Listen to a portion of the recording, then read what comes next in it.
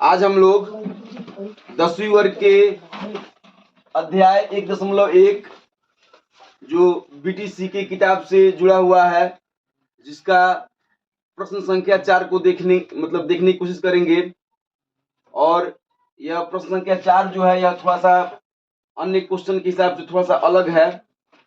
हालांकि यह चैप्टर ही, यह प्रश्नावली ही अन्य चैप्टरों के हिसाब से थोड़ी सी अलग है, क्योंकि हमने जो चीज 6, 7, 8 में जिस चीज को हमने अपने तौर तरीके से भाग विधि या अभाज्य गुणनखंड विधि द्वारा हम लोग सीखे हैं, उसके हिसाब से यह थोड़ा सा अलग हो जा रहा है, क्योंकि चीज वही है, लेकिन यूक्लिड विभाजन प्रमेयिका अर्थात यूक्लिड नामक एक गणितज्ञ थे, जिन्होंने इन चीजों को जो है कुछ अलग मोड़ दे दिया है, कुछ अलग अंदाज दे दिया है, जिसके कारण जो थोड़ा सा यह अलग हो जा रहा है। हालांकि वह चीज भाग से रिलेटेड है।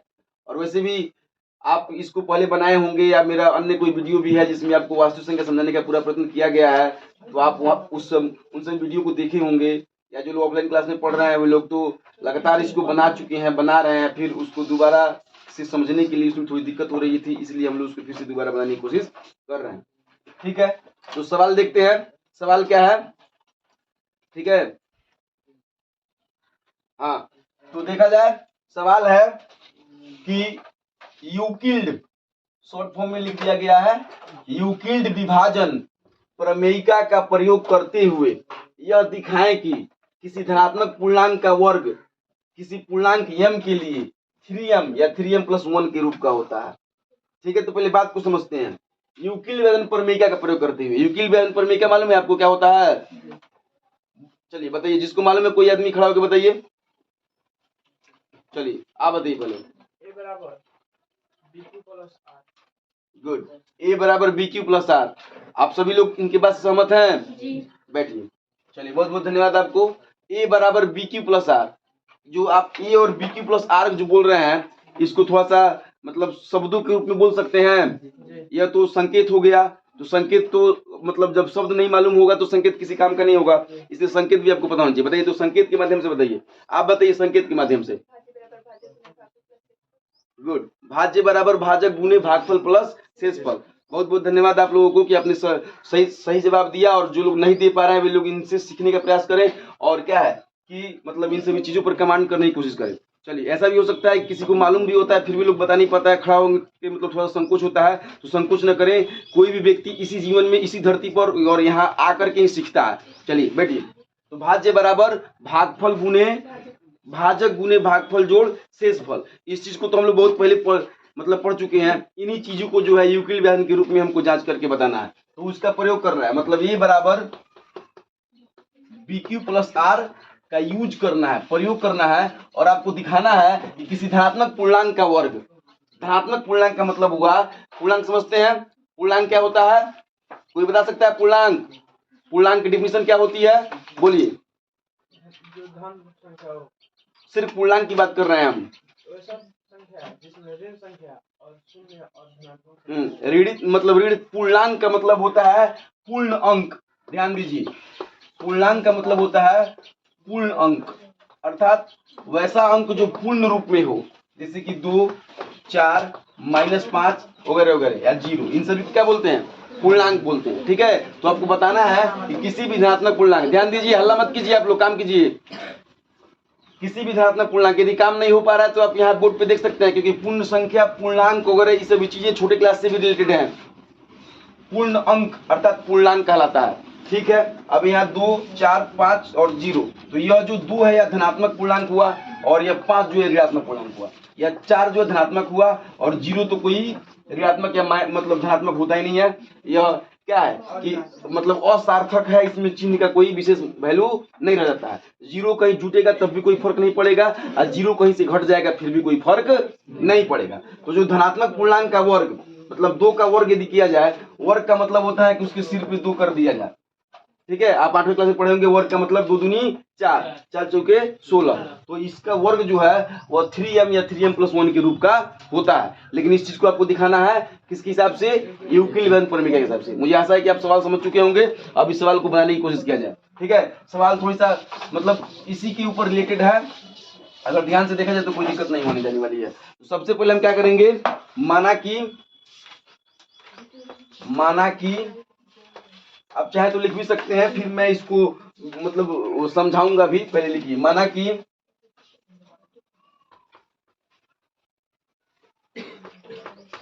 धनात्मक पूर्णांक बराबर a, ठीक है, और b बराबर 3। b बराबर 3 ही क्यों? क्योंकि हमको 3m के रूप में ही दिखाना था। क्या करना था? 3m के रूप में ही दिखाना था। यहाँ पे आप लिख भी सकते हैं, क्योंकि 3m के रूप में, 3m के रूप में दिखाना है। बस इतना भी लिख सकते हैं तो भी काम चल जाएगा, नहीं भी लिखेंगे तब भी काम चल जाएगा। अब देखिए, अब ध्यान दीजिए, तो क्या हो सकता है, जब ये 3m के रूप में होगा तो क्या होगा? यूक्लिड विभाजन प्रमेय क्या कहता है? यूक्लिड विभाजन प्रमेय क्या कहता है? से a बराबर बी क्यू प्लस आर, ठीक है। तो a कोई पूर्णांक है और 3 उसका b है, तो क्या हो सकता है? a बराबर 3q, और r की जगह पे क्या हो सकता है? 0 1 2, क्योंकि जब 3 से हम किसी चीज में भाग करेंगे तो शेषफल कभी भी क्या होगा? कि शेषफल कभी भी वो 3 से बड़ा नहीं आएगा या 3 नहीं आएगा। अगर 3 आएगा तो 0 शेषफल बच जाएगा, अर्थात r की जगह पे यानी तो 0 हो सकता है, या तो 1 हो सकता है, यानी तो 2 हो सकता है। अर्थात a बराबर 3q प्लस 0 या 3q प्लस 1 या 3q प्लस 2, ऐसा हो सकता है। सो रहे हैं? तो स्थिति फर्स्ट, स्थिति फर्स्ट, a बराबर 3q प्लस 0, अर्थात a बराबर 3q। किसी को दिक्कत नहीं भैया। समीकरण फर्स्ट, ठीक है। फिर a बराबर 3q प्लस 1, समीकरण सेकेंड, स्थिति सेकेंड। समझ रहे हैं बातों को? फिर स्थिति थर्ड क्या हो सकता है? a बराबर 3q प्लस 2, समीकरण थर्ड हो गया। किसको दिक्कत? अब समीकरण फर्स्ट सेकंड थर्ड को तीनों को वर्क करने पर, समीकरण फर्स्ट सेकंड एवं थर्ड को दोनों तरफ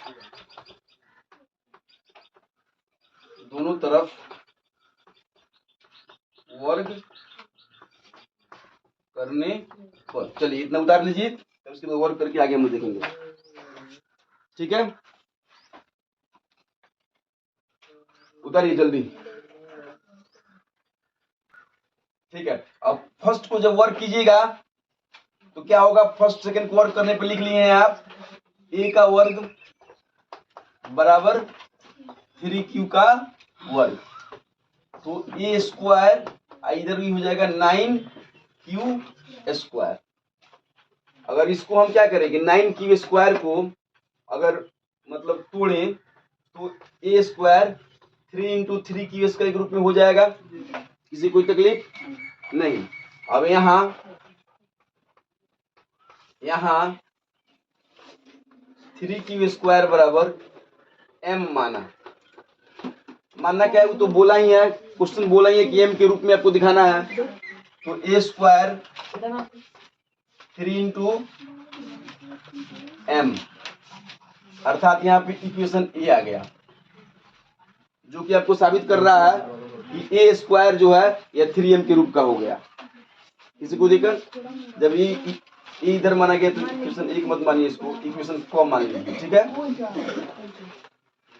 आवाज क्यों आ रही है? किसी बच्चे को दिक्कत? नहीं। अब स्थिति सेकंड को लेकर के चले हम, तो यहाँ a बराबर 3q प्लस 1 है ना।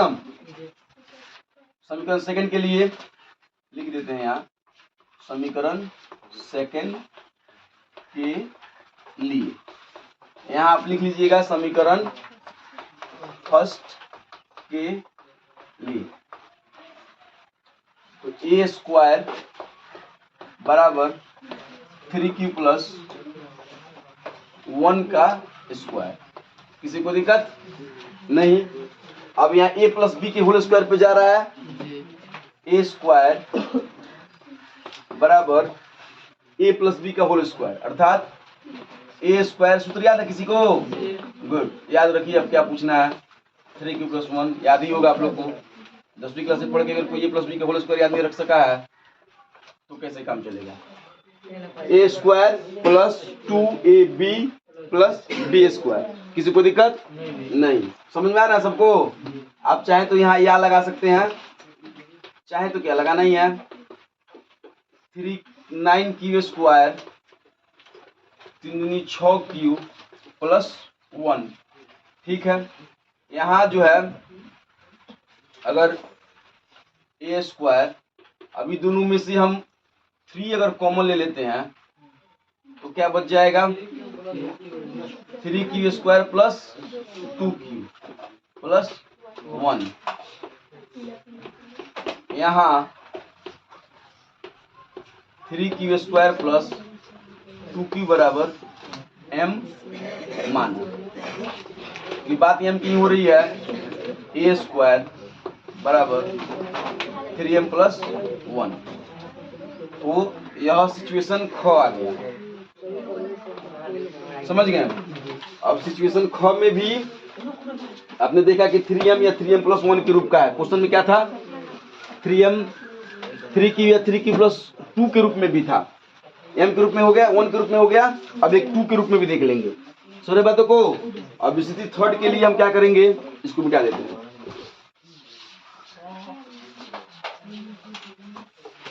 स्थिति थर्ड के लिए अर्थात समीकरण थर्ड के लिए, थर्ड में क्या था? a बराबर 3q प्लस 2 था। दोनों तरफ वर्क करिएगा। A square plus 2ab plus B square. तो 3 3 9 q स्क्वायर प्लस 3 दूनी 6 दूनी 12q प्लस 4। ठीक है, अब इसको 2 के रूप में हमको लाना है अगर, तो क्या करते हैं? यहाँ से जो है कॉमन ले लेते हैं। कॉमन लेने के लिए हम अगर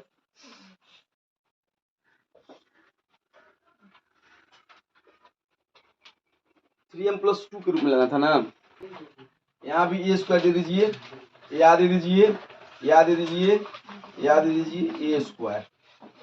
यहाँ से अब इसको अगर हम क्या करें कि 9q square plus 12q plus 3 plus 1 के रूप में ले लेते हैं, क्योंकि 3m प्लस 1 के रूप में लाना है हमको। तो यहाँ से अब 3 पदों में 3 कॉमन है, तो क्या हो सकता है? यहाँ से सुनिए, ए स्क्वायर बराबर 3 कॉमन लेते हैं तो 3q प्लस 4q प्लस 1 यहाँ 3q square plus 4q plus 1 बराबर m माना। किसी को दिक्कत? तो अब यहाँ क्या हो जाएगा? ए स्क्वायर बराबर 3m प्लस 1। स्थिति ग।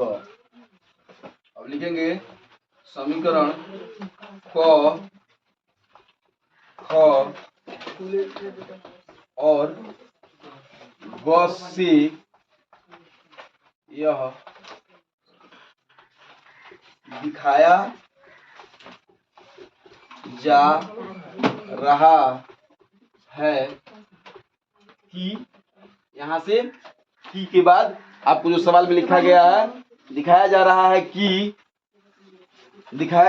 कि किसी धनात्मक पूर्णांक का वर्ग, सुनिए पहले, किसी धनात्मक पूर्णांक का वर्ग किसी पूर्णांक m के लिए 3m या 3m प्लस 1 के रूप का होता है। बस समझ रहे बातों को? मतलब यहाँ से आपको क्वेश्चन की बातें लिख देनी है। और वहां से लिख करके ऐसे घेर के प्रूफ लिख देना है, आपका बात मतलब समाप्त हो गया। लेकिन अब इसको समझने की बारी है। वहां तक तो आपको समीकरण फर्स्ट सेकंड थर्ड तो समझ में आ चुका था, यहाँ भी आ गया, दोनों तरफ वर्क कीजिएगा तो 3m³ के रूप में हो गया। मतलब कोशिश यह करनी है कि यह 3m के रूप का आए, और 3m के रूप में लाने के लिए आपको 3 कॉमन निकालने हैं। ठीक है, 3 ही निकलेगा, दूसरा कुछ निकलेगा ही नहीं, क्योंकि 3 की बात की जा रही है। और किसी क्वेश्चन में 5 की बात की जाए तो वहां पे 5 से काम कीजिएगा, b बराबर 5 मानिएगा और 5 मान करके आप प्रक्रिया को सॉल्व कीजिएगा। ठीक है, यहाँ 3q+1 के रूप का है, तो इसको जब स्क्वायर वगैरह करिएगा तो यहाँ भी 3m+1 के रूप का लाने की कोशिश करिएगा, यहाँ भी 3m+q के रूप में लाने की कोशिश करिएगा। सब मिला जुला के हम इस नतीजे पहुंच रहे हैं कि क्वेश्चन आपको भली बात समझ में आ गया होगा। और यदि यह क्वेश्चन आ गया है तो इसके आगे वाले क्वेश्चन भी हो जाएंगे, इसको भी हम लोग अभी देख ले रहे हैं। चलिए यहाँ तक उतारिए और फिर दूसरे क्वेश्चन को देखा जाए। चलिए अब 5 नंबर सवाल देखा जाए। 5 नंबर सवाल को हमने लिखा नहीं है क्योंकि सेम क्वेश्चन है, उसमें सिर्फ वर्क करना था और इसमें सिर्फ घन करना है। मामला दोनों मतलब एक ही है, समझ रहे बात को। जैसे कि उसमें बोला जा रहा था कि अभी 4 नंबर वाले सवाल में कहा जा रहा था कि दर्शाइए कि किसी धनात्मक पूर्णांक का वर्ग 3m या 3m+1 के रूप का होता है। लेकिन इसमें कहा जा रहा है कि दर्शाइए कि किसी धनात्मक पूर्णांक का घन 9m या 9m+1 या 9m+8 के रूप का होता है। जैसे कि मान लीजिए a² किस रूप में 9m, a² 9m+1 या 9m+, एक मिनट रुकिए, 9m+8। तो यहाँ पे स्क्वायर न करके की होगा, देखिए, क्योंकि घन की बात की जा रही है। बस इतना ही बात है, तो इसमें भी कोई विशेष दिक्कत की बात नहीं है। जैसे जैसे उस क्वेश्चन को हम बनाया है कि माना कि कोई पूर्णांक क्या है, a है, जहां आप b बराबर क्या मान लीजिएगा, 3 ही मानिएगा। स्थिति फर्स्ट जैसे आई थी, बना लीजिएगा। देखिए मान लीजिए स्थिति फर्स्ट जैसे आई थी, थोड़ा सा हम हिंट दे रहे हैं आपको। स्थिति फर्स्ट में क्या आया था कि a बराबर 3q+0 आया था। जब इसको घन करिएगा तो ये q + 3q, तो ये q बराबर 3 × 9 = 27 q। q का q कहा जाएगा इसको, तो इसको लिख सकते हैं 27 को क्या लिख सकते हैं, इसमें से 9 गुना 3q² 3q बोल सकते हैं, जहां यहां 3q बराबर m माना।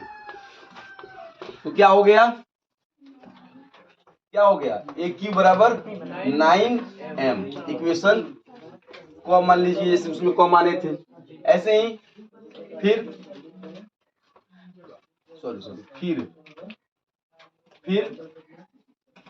स्थिति सेकेंड, फिर स्थिति सेकेंड, फर्स्ट सेकेंड आप निकाल लीजिएगा, थोड़ा अच्छे से आप बना लीजिएगा क्योंकि नंबर आपको लाना है। स्थिति सेकेंड के लिए a बराबर 3q+1। अब q कीजिएगा तो a + b के होल क्यूब का फार्मूला मालूम है आप लोग को, तो क्या होगा बोलिएगा, कोई एक आदमी बोलिए। नहीं, पहले a³ + b³ बोलिए, a³ + b³ + 3ab × a + b। ठीक है, इसको हल करिएगा तो 3 × 9 = 27q + 1, 3 × 9, फिर 9 × 27q² अब प्लस 3 × 9 q। समझ गए, इसको सीधा करिएगा 27q + 27q² + 9q + 1। ठीक है, तो इसमें से 9 कॉमन निकाल लीजिएगा तो क्या बचेगा, 3q³ + 3q² + 3k + 1। समझ गए, कहाँ पे, यहाँ, अच्छा 9 निकाल लीजिएगा, चलिए ठीक है, चलिए ऐसे ध्यान दीजिए, ठीक है ना। तो यहाँ जो है अब फिर यहाँ क्या माना जाएगा, यहाँ 3q + 3q² + q बराबर m माना, तो क्या हो गया, a स्क्वायर बराबर आपका निकल गया 9m प्लस 1, सॉरी समीकरण ख। इसी प्रकार तीसरा जो सिचुएशन था क्या था, a बराबर 3q प्लस 2, इसको वर्क कीजिएगा, तो ये भी अपने हिसाब से निकल जाएगा और इक्वेशन ग मान लीजिएगा, ठीक है। वहां भी जब आप वर्क कीजिएगा तो लास्ट में यहाँ बच जाएगा a स्क्वायर बराबर 9m प्लस 8 के रूप का आ जाएगा। सिचुएशन AQ, सिचुएशन मतलब स्थिति ग हो जाएगा।